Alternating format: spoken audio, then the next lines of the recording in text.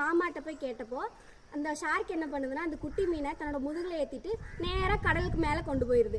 கடலுக்கு மேலே போனோன்னே மீனுக்கு மேலே வந்து மூச்சு கிடைக்குமா? இல்லைங்களா? தண்ணிக்கு மேலே வந்தால் மீன் வாழ முடியாது. அப்போது அந்த குட்டி மீனுக்கு மூச்சு திணறக்குள்ளே அவங்க மாமா என்ன பண்ணுறாரு, தண்ணிக்குள்ளே திரும்பவும் கொண்டு போகிறாரு.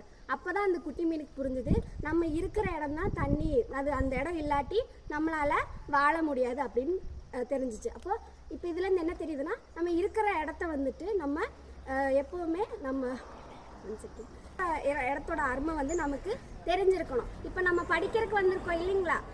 நமக்கு இந்த படிப்பு கிடைக்காட்டி நம்மளால் அடுத்த கட்ட வாழ்க்கையை கொண்டு போக முடியுங்களா? கொண்டு போக முடியாது இல்லைங்களா? நம்ம வந்து இப்போ படிக்கிற இந்த இடத்த நம்ம எவ்வளோ மதிக்கிறோமோ அதே அளவு தான் நமக்கு அடுத்து நம்ம இந்த ஸ்கூலெல்லாம் முடிஞ்சு போனதுக்கப்புறம் ஒரு பெரிய வாழ்க்கை அமைக்க முடியும். அதனால இங்கே இருக்கிற வாழ்க்கையை நீங்கள் தக்க வச்சுக்கணும், இதோட அருமையை நீங்கள் தெரிஞ்சுக்கணும்.